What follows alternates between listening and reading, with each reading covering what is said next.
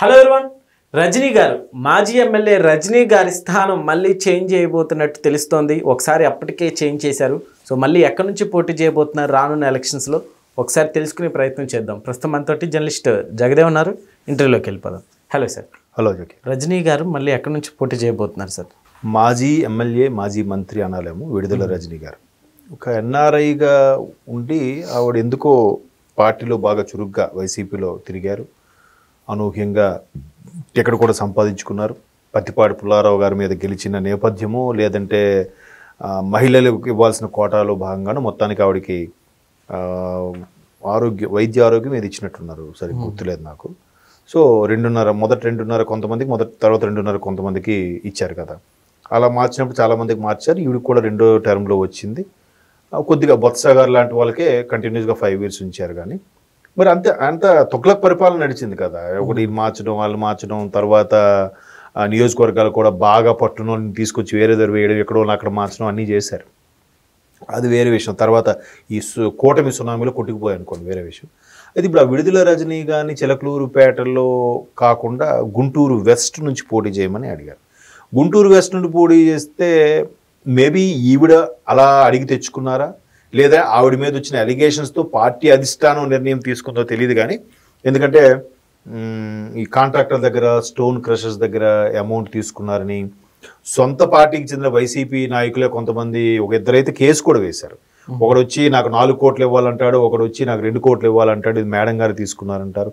ఆ పంచాయతీ మొన్న కూటమి ప్రభుత్వం వచ్చిన తర్వాత ఆయన ఎవరు ఎంపీ శ్రీకృష్ణదేవరాయల వరకు కూడా వెళ్ళింది ఆ ఇష్యూ. ఆయన ప్రెస్ మీట్ పెట్టిపోయిన కూడా చెప్పారు.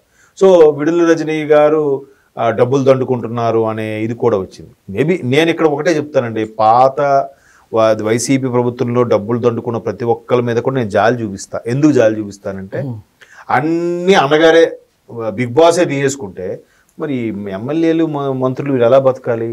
నెక్స్ట్ ఎలక్షన్స్కి పోటీ చేయాలంటే వీళ్ళు ఎంతో కొంత దాన్ని ఏమంటారు సంపాదించుకోవాలిగా. మరి సంపాదించుకోవాలంటే ఒక ప్రాజెక్ట్ వస్తే సంపాదించవచ్చు, ఏదైనా డెవలపింగ్ ఉంటే సంపాదించవచ్చు. ఏమీ లేకుండా సంపాదించడం ఏం చేయాలి? ఆప్షన్స్ లేక ఆ కాంట్రాక్టర్ ద్వారా వీళ్ళ దగ్గర వాళ్ళ దగ్గర దండుకొని ఏదో చేసుకున్నారు. సో మరి ఎందుకంటే మళ్ళీ ఒక్కొక్క టికెట్కి మినిమం 50 నుంచి 70 కోట్లు వసూలు చేసిన సందర్భాలు కూడా ఉన్నాయి కదా ఇదే ప్రభుత్వ హయాంలో. మనం ఆ వార్త కూడా విన్నాం. సో అంత పార్టీకి ఫండ్ ఇస్తూ మళ్ళీ పోటీ చేయాలి, ఖర్చు పెట్టాలని అంటే అమౌంట్ కావాలి కదండి. అందుకు ఆవిడ దండు తీసుకున్నారేమో, అంటే ఆవిడ మీద ఉన్న విమర్శ చెప్తున్నా. సో మొత్తానికి ఆ ఎలిగేషన్స్ మీద లేదు అని చెప్పి గుంటూరు వెస్ట్ నుండి పోటీ చేస్తే గుంటూరు వెస్ట్లో కూడా బాగానే కష్టపడారు ఆవిడ. బట్ ఆవిడ పార్టీ ఆఫీస్ ఓపెన్ చేసిన రోజే పార్టీ అద్దాలు పగలగొట్టేసి ఏదో ఇష్యూ అయ్యింది. అది ఎవరు సొంత పార్టీ వాళ్ళు ఎవరో రాళ్ళీసులు కొట్టారు. దాన్ని రాజకీయపరం చేయాలని కూటమి మీదకి నెట్టే ప్రయత్నం చేశారు. అదలైంది. సో ఇప్పుడు మళ్ళీ ఏం చేస్తున్నారు, ఈవిడ బీసీలు ఎక్కువగా ఉండేదానికి పంపించాలని చెప్పి రేపల్లె పంపించాలని చూస్తున్నారు. ఓకే. రేపల్లెలో ఆల్రెడీ అంతవరకు మాజీ మంత్రి అయిన మోపిదేవి గారు ఉండేవారు. ఆ తర్వాత ఆయన కూటమిలోకి వెళ్ళిపోయిన తర్వాత ఇప్పుడు లాభం లేదు అనుకొని ఆయన పేరు ఈపూరి గణేష్ ఎవరో ఉన్నారు, ఆయన లోకల్ లీడరు. ఆయనకి కాదున్న మళ్ళీ ఈవిని పెట్టడం ఇది ఒక పెద్ద గందరగోళానికి దారితీస్తుంది. నిజంగా చిక్కుల్లో పడతారని చెప్పచ్చు సార్. ఓటర్లు కాస్త చిక్కుల్లో ఇప్పుడు మొసలికి నీటిలోనే బలం అన్నట్టుగా బయటకు వస్తే అదేమి చేయలేకపోవచ్చు. బట్ అదేం ఎవరు స్థానిక బలం వాళ్ళకు ఉంటుంది. ఇప్పుడు జగన్మోహన్ రెడ్డి గారు బొమ్మ పెట్టి గెలిచేసాము అని అంటే ఎంతవరకు గెలుస్తారు? స్థానికంగా సమస్య వచ్చినా, స్థానికంగా ఏమైనా ఇబ్బందులు వచ్చినా స్థానిక ప్రజాప్రతినిధి కదా ముందు వాళ్ళు కలిసేది. లాస్ట్ టైం అక్కడ ఉన్న చేంజ్ ఇలాగల కాదు. వైనాట్ 175 అనే కాన్సెప్ట్ తీసుకొచ్చి సుమారుగా 130 మందిని ఇక్కడిదక్కడ మార్చాడు. మరి ఈయన రాష్ట్ర స్థాయి నాయకుడు అన్నప్పుడు ఈయన కూడా వేరే ఎక్కడ పోటీ చేయొచ్చుగా. ఈయన ఒక పులివెందులు ఎందుకు పోటీ చేయాలి? మరి అంతే కదా. ఈయన బొమ్మ పెడితే ఎవడైనా గెలుస్తాడు, ఈయన బొమ్మ పెడితే అక్కడ ఏ జంతువుని పెట్టినా గెలుస్తుంది అనుకునే కాన్ఫిడెన్స్లో ఉన్నప్పుడు ఈయన ఆ రాష్ట్రం చివరి అటు ఇచ్చాపురమో ఇటు మదనపల్లిలో ఎక్కడ పోటీ చేయొచ్చుగా, అక్కడ నుంచి గెలవచ్చుగా. ఎందుకు చేయలేదు మరి? అంటే తెలిసి ఇలా చేశారా, కావాలని ఇలా చేశారా, లేదు ఊరికే మార్చేస్తే? ఏదంటే ప్రశాంత్ కిషోర్ గారు ఏదో రిపోర్ట్ ఇచ్చారు, అందులో మ్యాక్సిమం 151 మందిలో, అంటే అప్పుడు 2019లో గెలిచిన వాళ్ళు 190 మంది వరకు మంచి రిపోర్ట్ లేదు, వాళ్ళందరూ ఓడిపోతారు, ఆ రిపోర్ట్ ఆధారం చేసుకొని ఈయన ఎక్కడెక్కడ మార్చాడని అన్నారు. తీరా చూస్తే ఈయన ప్రధానంగా కొంతమంది వారు మారలేదు. ఎందుకు మారలేదు? ఆఖరికి బొత్స సత్యనారాయణ లాంటి వారు ఉత్తరాంధ్రలో పెంచి కింగు తోపు అనుకున్న వ్యక్తి కూడా ఓడిపోయాడుగా. ఓడిపోతే కదా ఇప్పుడు ఎమ్మెల్సీగా గెలిపించుకున్నారు. ఎమ్మెల్సీగా కూడా ఎలాగా కూటమి ప్రభుత్వం డిసైడ్ అయింది అక్కడ నుంచి ఎవరు పోటీ చేయకూడదు, ఆయన ఏకగ్రీవంగా ఇచ్చేయండి అని చెప్పి.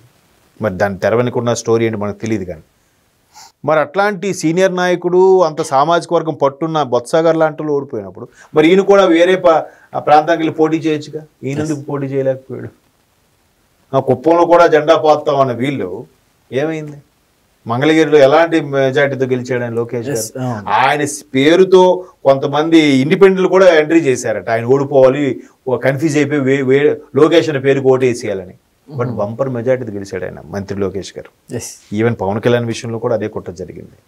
అంటే ఇవన్నీ ఎందుకు చెప్తున్నానంటే చెడపకురా చెడేవు అన్నట్టుగా విడుదల రజనీ గారు గెలుపు కోసము లేదు బీసీలు ఎక్కడ ఉన్నారు కాబట్టి ఇక్కడ బీసీలు ఇక్కడ మైనార్టీలు ఉన్నారు కానీ మైనార్టీలకు ఇచ్చేద్దామని అంటే కాదు. రాజకీయం ఒక స్ట్రాటజిక్ అనేది ప్లే చేయాలి. ప్లే చేయలేకపోయారు. ఏదైతే ప్రశాంత్ కిషోర్ స్ట్రాటజిక్కో లేదంటే గవర్నమెంట్ మారితే బాగుంటుందని ఒక ఆలోచన, సరే తండ్రి లేని వాడిని నాకు ఒక్క ఛాన్స్ ఇవ్వండి అడిగాను కరిగో మొత్తం 2019లో ఇచ్చారు. దాన్ని నిలబెట్టుకోవాలి కదా. నిలబెట్టుకోకుండా నేనే తోపుని, రాబోయే 30 ఏళ్ళు నేనే ముఖ్యమంత్రిని, నాకు ఎదురే లేదు, నేను ఒక నియంత్రిని, నేను ఒక చండశాసుడిని అని అంటే ఏం చేశారు? 4 తగిలించి మూల కూర్చోబెట్టలే. 11 సీట్లు ఏంటంటే మరి దారుణంగా. ఆ 11లో కూడా 2-3 ఆల్రెడీ సైడ్ అయిపోయే పరిస్థితి. కొద్దిమంది ఈయన ఎలాగ అసెంబ్లీకి వెళ్ళాడు, ఇంకా వాళ్ళేం వస్తారు అసెంబ్లీకి? వాళ్ళ ఎమ్మెల్యే పదవి పోకుండా ఉండడం కోసం సీక్రెట్గా వచ్చి ఆ సమావేశాల్లో సంతకం పెట్టి వెళ్ళిపోతున్నారంట. సో ఇట్లాంటి పరిస్థితుల్లో పాపం ఆవిడేనేం చేస్తుంది విడుదల రజని? ఏదో అప్పుడు ఆ ఫ్లోలో ఏదో గెలిచేసింది, తర్వాత గెలుస్తారనుకుంటే ఆ మీద లేనిపోయిన ఎలిగేషన్స్ అన్నీ ఉన్నాయి. ఇప్పుడు మళ్ళీ బౌన్స్ బ్యాక్ అయ్యే పరిస్థితి లేదు. పోనీ అలాగని మంచి స్పోక్స్ పర్సన్, బాగా మాట్లాడతారు, బాగా అట్రాక్ట్ చేసుకుంటారంటే అది లేదు. ఎట్లా మరి? ఏదో గవర్నమెంట్ ఉన్నప్పుడు కూడా అలాగా ఎక్కడికి మార్చి ఓన్లీ పథకాలు ఇచ్చి మీరు సోమరపోతులుగా తయారవ్వరా అని చెప్పి ఇచ్చారు. ఇప్పుడు గవర్నమెంట్ పోయిన తర్వాత కూడా రియలైజ్ అవ్వట్లేదు. అరే 11 సీట్లకు పరిమితం మనం ఎక్కడ తప్పు చేసాం అని రియలైజ్ అవ్వకుండా వీళ్ళ ప్రేమాభిమానాలు ఏమయ్యాయో అని అంటే మనం ఏం చేస్తాం? వాళ్ళ విజ్ఞతగా వదిలేయాలి. అరే మనకెంత దారుణంగా ప్రజలు తీర్పు ఇచ్చారంటే ప్రజలు తప్పు కాదు, మనం ఏం తప్పు చేసాం అది రెక్టిఫై అవుదాం అనాలి. కానీ వీళ్ళ అభిమానాలు ఆప్యాయతలు ఏమయ్యాయో, వీళ్ళందరూ ఎందుకు మోసం చేశారో ఇవి వెన్నుపోడదు అనమాట. అంటే ప్రజలు ఈయన వెన్నుపోటు పొడిచారా? దాని అర్థం అదే కదా. సో అట్లాంటివి పిచ్చి పిచ్చి స్టేట్మెంట్లు, పిచ్చి పిచ్చి ధర్నాలు చేస్తే ఇంకా 11 కూడా పార్టీ మనుగడకే ప్రశ్నార్థకం అయిపోతుంది కదా. మరి అంతే. Okay sir, thank you.